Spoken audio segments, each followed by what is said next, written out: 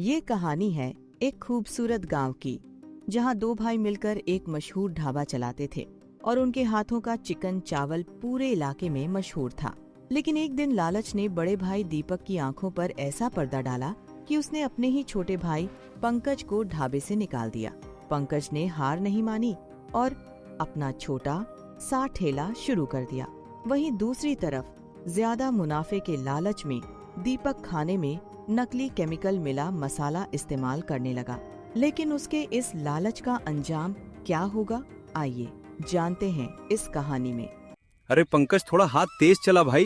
देख बाहर हाईवे से कितनी गाड़ियां रुकी हैं। सब तेरे हाथ का देसी हांडी चिकन और बासमती चावल मांगने के लिए खड़े हैं। तू धीमी आंच पर पकाएगा तो ये सब भूखे ही चले जाएंगे। जल्दी जल्दी प्लेटें लगाना शुरू कर दे।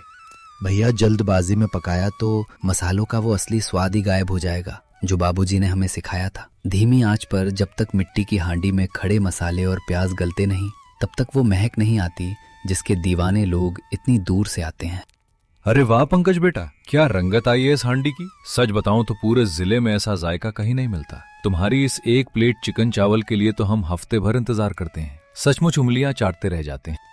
धन्यवाद सरपंच जी, बस आप लोगों का आशीर्वाद है। लेकिन पंकज, आज प्लेट का दाम 200 से बढ़ाकर 250 कर देते हैं। इतनी भीड़ है तो आज ही अपनी चांदी कट जाएगी और जेब में भारी नोट आएंगे।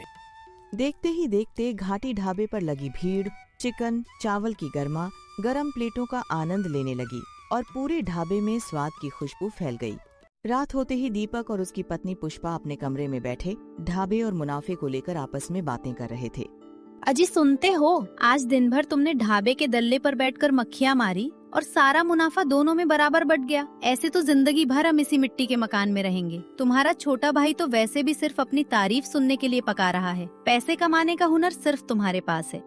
तुम सही कह रही हो पुष्पा। ढाबे की जमीन और गल्ला मेरा है, लेकिन सारा नाम और वाहवाही पंकज ले जाता। मुझे अब अकेले ही पूरा मुनाफा चाहिए। कल सुबह ही मैं कुछ ऐसा नाटक रचूंगा कि पंकज खुद ही इस ढाबे को छोड़कर अपना रास्ता नाप ले। और दूसरे ही कमरे में दीपक का छोटा भाई पंकज और उसकी पत्नी शारदा बैठे आपस में बातें कर रहे थे। पंकज, मुझे तुम्हारे बड़े भैया की नीयत कुछ ठीक नहीं लग रही। दिन ब दिन उनकी बातें बदल रही हैं और गल्ले का हिसाब भी छुपाने लगे हैं। तुम बस अपनी मेहनत पर ध्यान दो और किसी बहस में मत पड़ना। अरे शारदा, तुम भी कैसी बातें करती हो। बड़े भैया है, थोड़ा बहुत गुस्सा हो जाते हैं तो क्या हुआ। आखिर बाबूजी के जाने के बाद वही तो हमारे बड़े हैं। परिवार में पैसों से ज्यादा भरोसा मायने रखता है। अगली ही सुबह जब पंकज ढाबे की रसोई में गया, तभी दीपक के दिमाग में एक खुराफाती प्लान आया। आज जब पंकज पीछे वाले कमरे में चावल के बोरे रखने गया है तो मैं इस चिकन की हांडी में आधा डिब्बा तीखा मिर्च पाउडर और ढेर सारा साबुत नमक उड़ेल देता हूँ। जब ग्राहक मुंह जलाकर चिल्लाएंगे तो सारा इल्जाम इस अनाड़ी पर मढ़ दूंगा। तभी दीपक चिकन में मिलावट कर देता है और कुछ ही देर बाद पहला ग्राहक पहला निवाला चखते ही अपना चेहरा बिगाड़ लेता है। अरे बाप रे बाप, ये क्या बना दिया आज। एक निवाला मुंह में रखते ही ऐसा लग रहा है जैसे किसी ने जलता हुआ अंगारा जुबान पर रख दिया हो। पूरा नमक ही नमक और सिर्फ कड़वी मिर्च। क्या ग्राहकों की जान लेने का इरादा है? अरे भाई साहब, माफ कीजिए। ये सारा खाना आज पंकज ने अकेले बनाया था। मैंने तो पहले ही कहा था कि इसे मसाला डालने की तमीज नहीं है। पंकज, तूने आज पूरे ढाबे की साख मिट्टी में मिला दी। अब तेरी वजह से मेरा धंधा चौपट नहीं होने दूंगा। निकल जा यहाँ से। भैया, भगवान की कसम, मैंने मसाले बिल्कुल सही नाप कर डाले थे। मुझे खुद समझ नहीं आ रहा कि ये इतना तीखा कैसे हो गया। लेकिन अगर आपको लगता है कि मेरी वजह से नुकसान हो रहा है तो मैं अभी अपनी खुरपी और करछी उठाकर बाहर चला जाता हूँ। बड़े भाई की बात से दुखी होकर पंकज घर आकर उदास बैठ गया। तभी उसकी पत्नी शारदा ने उसे हौसला दिया। तुम हिम्मत मत हारो पंकज, ये मेरे कुछ बचे हुए पैसे हैं। इनसे तुम ताज़ी सब्जियां और शुद्ध मसाले खरीद लाओ। हुनर तुम्हारे हाथों में है, ढाबे की चार दीवारी में नहीं। देखना, तुम्हारी मेहनत का रंग यहाँ भी चमकेगा। मुझे बस इस बात का दुख है कि भैया ने मुझ पर इतना बड़ा इल्जाम लगा दिया। खैर, जो होता है अच्छे के लिए होता है। आज मैं अपने इस छोटे से चूल्हे पर वही पुराना प्रामाणिक स्वाद बनाऊंगा। भले ही कमाई कम हो पर काम ईमानदारी का होगा। अगले ही पल छोटा भाई पंकज गांव में अपना खुद का ठेला लगा लेता है। अरे पंकज भाई, तुम यहाँ सड़क किनारे पेड़ के नीचे कैसे? हम तो उधर तुम्हारे पुराने ढाबे पर गए थे। वहाँ तो अजीब सी बदबू और बेस्वाद खाना मिल रहा था। जरा अपनी इस हांडी से एक प्लेट चिकन चावल हमारे लिए भी लगाओ। आइए भाई साहब, बैठिए इस लकड़ी के बेंच पर। ये गर्मा गर्म देसी हांडी चिकन और खुशबूदार चावल चखिए। अगर आपको जरा भी स्वाद में कमी लगे तो एक पैसा मत दीजिएगा।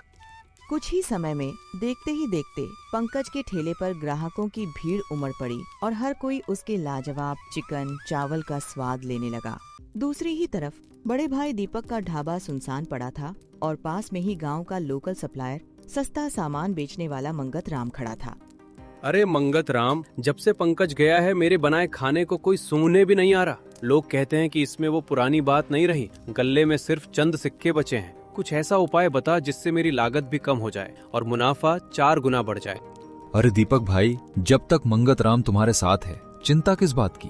मैं तुम्हें शहर की एक बड़ी फैक्ट्री का जादुई केमिकल अर्क और बेहद सस्ता फ्रोजन माल ला कर दूंगा। सिर्फ 2 बूंद डालो, खाना ऐसा महकेगा कि लोग खिंचे चले आएंगे और तुम्हारी लागत आधी से भी कम हो जाएगी। वाह मंगत भाई, ये हुई ना अकलमंदों वाली बात। जब कम पैसे में ज्यादा खुशबू और चमक आ सकती है तो असली देसी घी और महंगे मसालों पर पैसे क्यों बर्बाद करना। जी, आप जल्दी से मंगत भाई का वो जादुई सामान मंगवा लीजिए। बिल्कुल सही मंगत, तू आज रात ही वो सारा माल चुपचाप ढाबे के पिछले दरवाजे से अंदर रखवा दे। कल सुबह से हम सुपर स्पेशल हाईवे जायका के नाम से पूरे इलाके में धूम मचा देंगे और सारा पैसा अपनी तिजोरी में भरेंगे।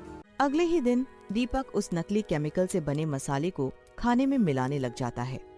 अरे वाह, इस केमिकल की तो सिर्फ 2 बूंद डालते ही ग्रेवी का रंग एकदम गहरा लाल और चमकदार हो गया। अब कौन कहता है कि खाना पकाने में घंटों मेहनत करनी पड़ती है। ये तो चुटकियों में तैयार हो गया और खुशबू भी दूर दूर तक फैल रही है। देखा मेरा दिमाग, अब हमें सुबह 4 बजे उठकर प्याज काटने और मसाले पीसने की कोई जरूरत नहीं। बस इस सस्ते अर्क को मिलाओ और ग्राहकों को परोस दो। आज तो गल्ला संभालना भी मुश्किल हो जाएगा, इतना पैसा आने वाला है। अरे दीपक भाई, एक बात याद रखना, ये बोतल किसी की नजर में नहीं आनी चाहिए। इस पर लिखा है तेज केमिकल, सिर्फ खुशबू के लिए। अगर किसी समझदार ने इसे देख लिया तो लेने के देने पड़ जाएंगे, इसलिए इसे हमेशा पीछे छुपा कर रखना। तू बेफिक्र रह मंगत, इस गल्ले के नीचे कोई नहीं झांकने वाला। गांव वाले तो बस खुशबू के पीछे भागते हैं। अब देखना कैसे मेरे ढाबे पर फिर से ग्राहकों का मेला लगता है। कुछ ही समय में देखते ही देखते दीपक के ढाबे पर भी ग्राहकों की भीड़ लग जाती है। दूसरी ही तरफ पंकज का ठेला सुनसान पड़ा था और पास में उसकी पत्नी शारदा खड़ी थी। शारदा, देख रहे हो भैया के ढाबे से कैसी अजीब सी तीखी और तेज खुशबू आ रही है। पहले जब हम देसी मसाले भूनते थे तब ऐसी नाक में चुभने वाली गंध कभी नहीं आती थी। मुझे डर है कि कहीं भैया ज्यादा मुनाफे के चक्कर में कुछ गड़बड़ तो नहीं कर रहे। मुझे भी दाल में कुछ काला लग रहा है। आज सुबह मैंने मंगत राम को पीछे के रास्ते से कुछ नीले डिब्बे ले जाते देखा था। वो आदमी बिल्कुल भरोसे के लायक नहीं है। तुम जाकर एक बार बड़े भैया को समझाओ ना। अरे पंकज भाई, आज तुम्हारी दुकान पर शांति है, लेकिन तुम्हारे भैया के यहाँ तो गजब की भीड़ लगी है। वो कोई नया स्पेशल मसाला लाए हैं। हालांकि खाने के बाद गले में थोड़ी जलन जरूर होती है, पर रंग रूप बड़ा जोरदार है। भाई साहब, खाने का असली मतलब सेहत और सादगी होता है। बहुत ज्यादा बनावटी चमक कभी कभी पेट के लिए ठीक नहीं होती। आप ये ताजा बना सादा चिकन खाइए, इसमें कोई मिलावट नहीं है। शाम होते ही पंकज अपने छोटे भाई दीपक को समझाने के लिए उसके ढाबे पर आ पहुंचा।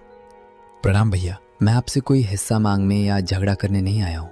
बस इतना कहने आया हूँ कि जो सामान आप आजकल खाने में इस्तेमाल कर रहे हैं उसकी गंध पूरे इलाके में फैल रही है और वो सेहत के लिए बिल्कुल ठीक नहीं लग रही। कृपया बाबूजी के नाम को मत डुबोइए। अरे वाह रे मेरे ज्ञानी भाई, तू अपने उस टूटे हुए ठेले पर दिन भर मक्खियां उड़ाता है और यहाँ मुझे व्यापार सिखाने चला आया। तुझे मेरी तरक्की और ये भरा हुआ गल्ला देखकर जलन हो रही है ना? सीधे सीधे कह दे कि तू मुझसे मुकाबला नहीं कर पा रहा। सही कहा आपने जी। इसे कहो कि अपने काम से काम रखे। जब हमारा धंधा मंदा था तब तो बड़ा खुश था। अब जब हमारे पास गाड़ियों की लाइन लगी है तो नसीहत देने आ गया। जाओ भाई, अपना ठेला संभालो।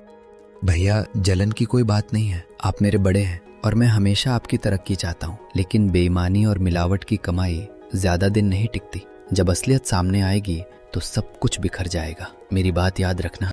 अगली ही दोपहर दीपक के ढाबे पर पूरे गांव के लोग पेट पकड़कर इकट्ठा हो गए और उससे शिकायत करने लगे। अरे दीपक, तूने हमें खाने में क्या खिला दिया? आधे घंटे से मेरे पेट में ऐसा दर्द उठ रहा है जैसे चूहे कूद रहे हों। पूरा गला जलकर खाक हो गया है और चक्कर आ रहे हैं। तूने जरूर कोई मिलावटी चीज मिलाई है। अरे मेरा भी बुरा हाल है। पूरा शरीर पसीने से भीग गया है और उल्टियां होने को है। गांव के 10 लोग जिन्होंने आज दोपहर यहाँ चिकन खाया था, सब के सब दर्द से तड़प रहे हैं। इस ढाबे वाले ने अपनी तिजोरी भरने के लिए हम सब की सेहत दांव पर लगा दी। अरे सरपंच जी शांत हो जाइए, मैंने कुछ नहीं किया। ये तो बस थोड़ा सा नया मसाला था, शायद आप लोगों को तीखा लग गया होगा। मैं आप सबको पानी और नींबू की शिकंजी मंगवा कर देता हूँ। प्लीज पुलिस को मत बुलाइए। शिकंजी अपनी जेब में रख। देख इसके किचन में क्या पड़ा है। ये देखो सब लोग, ये नीले डिब्बे में कोई जहरीला केमिकल अर्क मिला रहा था। इसका ढाबा अभी के अभी सील करवाओ और इसे हवालात भेजो। अगले ही पल पंकज अपनी पत्नी के साथ नींबू पानी का अर्क लेकर वहां पहुंच गया और गांव वालों की मदद करने लगा। सरपंच जी, आप सब लोग घबराइए मत। जल्दी से ये ठंडा छाछ और जीरा अजवाइन का पानी पी लीजिए। ये पेट की जलन को तुरंत शांत करेगा और केमिकल का असर खत्म कर देगा। मैंने घर से ताजी छाछ मंगवाई है। फिर सभी गांव वालों ने नींबू पानी पिया और कुछ ही देर में सभी के पेट का दर्द आराम हो गया। आहा, ये छाछ पीते ही पेट की आग शांत होने लगी। देख दीपक, एक तू है जो अपने सगे भाइयों और ग्राहकों को जहर परोस रहा था, और एक ये पंकज है जो अपनी कमाई छोड़कर हम सबकी जान बचाने दौड़ा आया। पंकज, तूने आज मुझे बर्बाद होने और जेल जाने से बचा लिया। अगर इन लोगों को कुछ हो जाता तो मैं कहीं मुंह दिखाने लायक नहीं रहता। लालच ने मेरी आंखों पर ऐसी पट्टी बांध दी थी कि मैं सही और गलत का फर्क ही भूल गया था। भैया, लालच का फल हमेशा कड़वा ही होता है। अगर आप अपने हुनर और ईमानदारी पर भरोसा रखते तो आज ये नौबत ही नहीं आती और ना ही गांव वालों के सामने सिर झुकाना पड़ता। गांव वालों, सरपंच जी, मैं आप सबके पैरों में गिरकर माफी मांगता हूँ। मैंने जल्दी अमीर बनने के चक्कर में मंगत राम के झांसे में आकर वो नकली अर्क मिलाया था। मैं अपनी सारी गलत कमाई गांव की धर्मशाला को दान करता हूँ और ये ढाबा हमेशा के लिए बंद करता हूँ। दीपक, तूने गलती बहुत बड़ी की थी, लेकिन वक्त रहते पंकज ने सबको संभाल लिया और तूने अपनी गलती सबके सामने कबूल कर ली है। अब ये ढाबा तभी चलेगा जब इसे पूरी तरह से पंकज अपने उसूलों और पुराने स्वाद से चलाएगा। नहीं सरपंच जी, ढाबा हम दोनों भाई मिलकर ही चलाएंगे, जैसा बाबूजी चाहते थे। भैया से गलती हुई और इन्होंने उसे मान भी लिया। परिवार में गलती सुधारने का एक मौका तो सबको मिलना चाहिए। अगली ही सुबह से दोनों भाई फिर से मिलकर ईमानदारी और मेहनत से अपना ढाबा चलाने लगे। यहीं पर यह कहानी समाप्त होती है। इस कहानी से हमें सीख मिलती है कि लालच और बेईमानी की कमाई कभी टिकती नहीं, जबकि ईमानदारी और सच्ची मेहनत हमेशा सुख और सम्मान देती है। अगर आपको ये वीडियो अच्छी लगी हो तो वीडियो को लाइक, शेयर और सब्सक्राइब जरूर कर देना। धन्यवाद।